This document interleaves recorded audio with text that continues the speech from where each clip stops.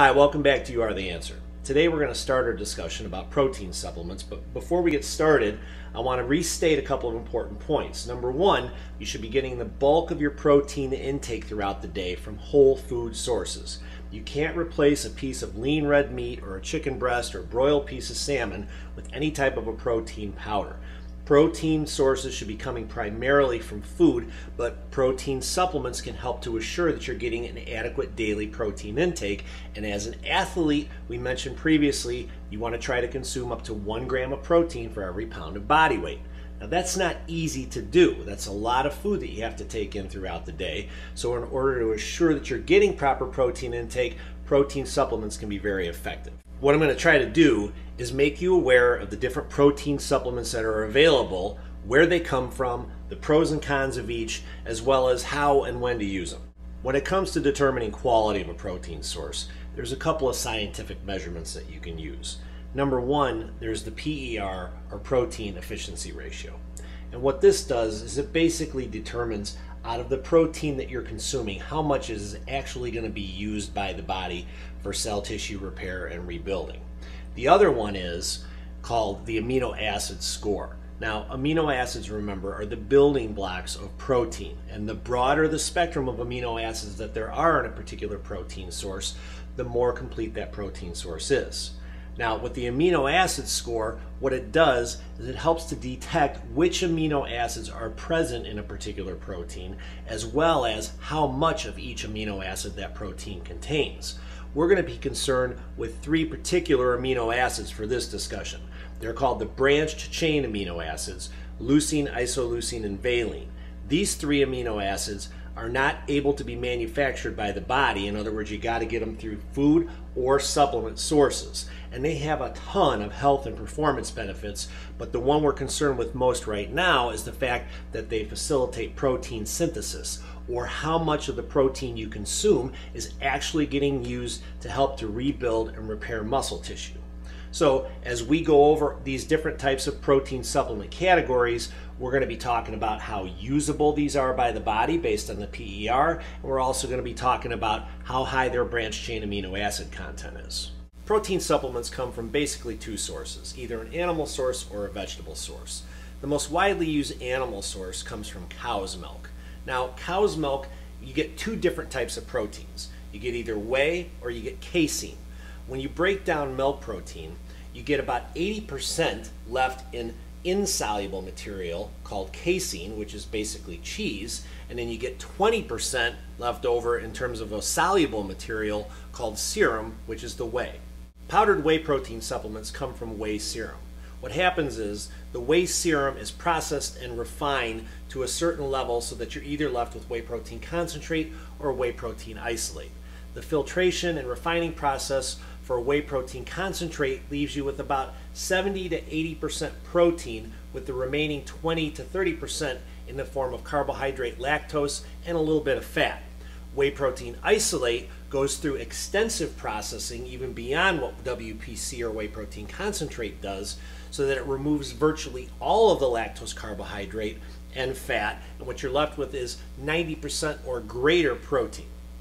When it comes to performance benefits, whey protein is pretty unbeatable.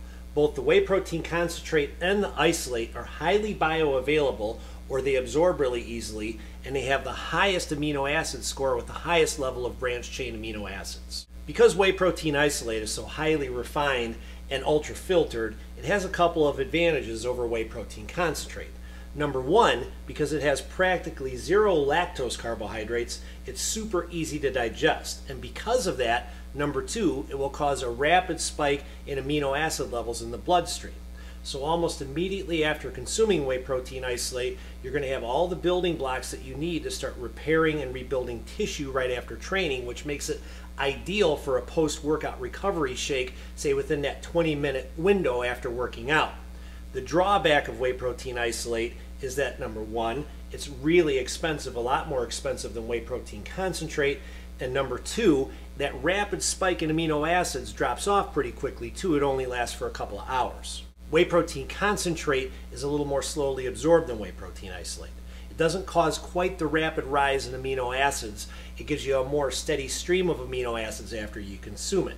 So it can be used for post-workout, but it can also be used kind of as a daily maintenance protein that you can use in conjunction with your whole food meals to make sure you're getting adequate protein intake. It's also a lot less expensive than whey protein isolate. The downfall is that it's higher in lactose, so if you're lactose intolerant, you're probably better off sticking with the whey protein isolate. Another form of whey protein supplement that's gained popularity in recent years is hydrolyzed whey protein. And this is basically whey protein that's been processed enzymatically or sort of pre-digested to make it really absorbable and digestible for people with even the most severe lactose intolerance. However, it's super expensive and super bitter. So most of the products, if not all of the products that use hydrolyzed whey protein, are using it in small percentage by comparison to the other protein ingredients that are kind of part of an overall protein formula. Compared to whey proteins, casein protein is much less absorbable and more slowly digesting, and they have a much lower BCAA content. But they don't cause the rapid spike in amino acids in the bloodstream that whey protein does. Instead, they provide a slow and steady release of amino acids for up to about 7 hours, which makes them anti-catabolic. In other words, they protect muscle from breaking down because there's a long-term presence of amino acids in your bloodstream. This makes casein an ideal nighttime protein. As you sleep, your cortisol levels rise, and the presence of cortisol means it wants to start breaking things down, including muscle tissue. But the presence of that casein breaking down slowly while you sleep and providing amino acids protects and continues to rebuild and repair the muscle tissue that you tore down during the day during your training. There's two different types of casein proteins. There's micellar casein, and then there's calcium caseinate. The micellar casein is less chemically processed, so it's more absorbable than the calcium caseinate. Although it's more expensive, this would be preferable. Another protein supplement that's been around a while but isn't very widely used is egg protein, which is basically just powdered egg whites. There's a few companies that offer it, and it even mixes instantly.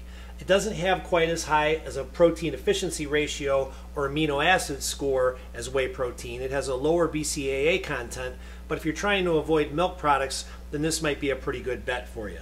The drawbacks are that it doesn't taste as smooth as whey protein, it's really foamy when you mix it, and it's pretty expensive. There's a number of different plant-derived protein sources on the market, but the most common is soy protein isolate. Now, soy protein has a really great compound called isoflavones, which provides some pretty cool antioxidant benefits. But on the whole, as a protein source, it's inferior to the other protein sources we previously mentioned, especially whey, in that it has a lower protein efficiency ratio as well as a lower amino acid score. Although it does provide a full spectrum of amino acids, it's extremely low in branched chain amino acids. Another big drawback of soy protein is the taste. They just haven't been able to get around that grittiness and that kind of cereal type taste that's common with soy protein. Some people like it, but I'd say on the whole most people don't. Now, soy protein has another pretty big drawback. It's estrogenic or estrogen promoting. Anytime you're promoting estrogen production, you're going to actually decrease testosterone production. And testosterone production for both male and female athletes is essential for muscle repair and recovery. Without it, you're not going to be able to recover as fast from one workout to the next, and you're not going to be able to improve as far as performance. Now, if you are following a vegetarian or vegan protocol, this would be your go-to protein. But if you're using soy protein just simply because you think it's better, think again. There's other preferable protein sources that are higher in terms of absorbability and higher in terms of amino acid content. Because of the increasing popularity of the paleo diet over the past few years, beef protein has started to resurface as a protein supplement alternative. So here's a question for you. Have you ever heard of gelatin?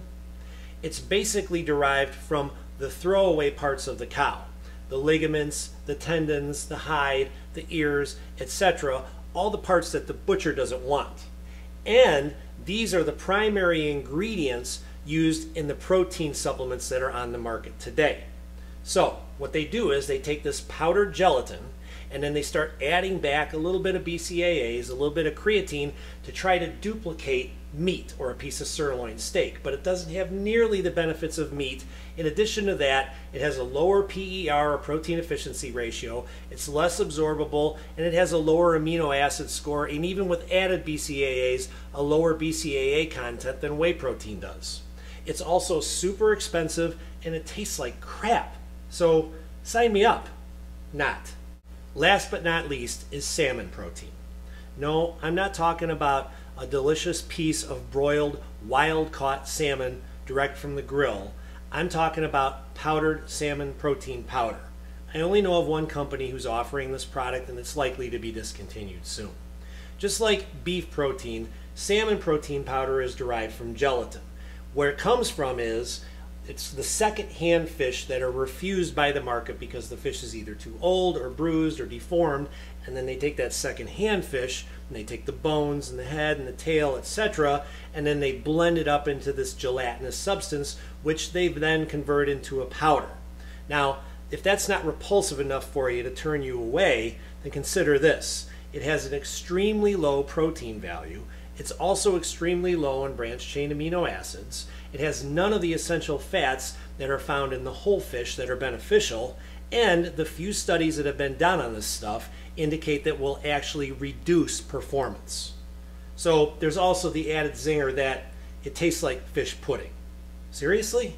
To wrap things up, when it comes to recovery and anabolic muscle building benefits, you just can't beat a pure whey.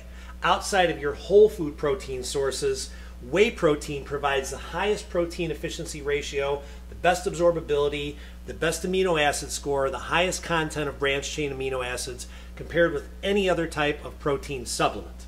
The important thing to remember is that you need to get most of your protein intake on a daily basis from whole food sources.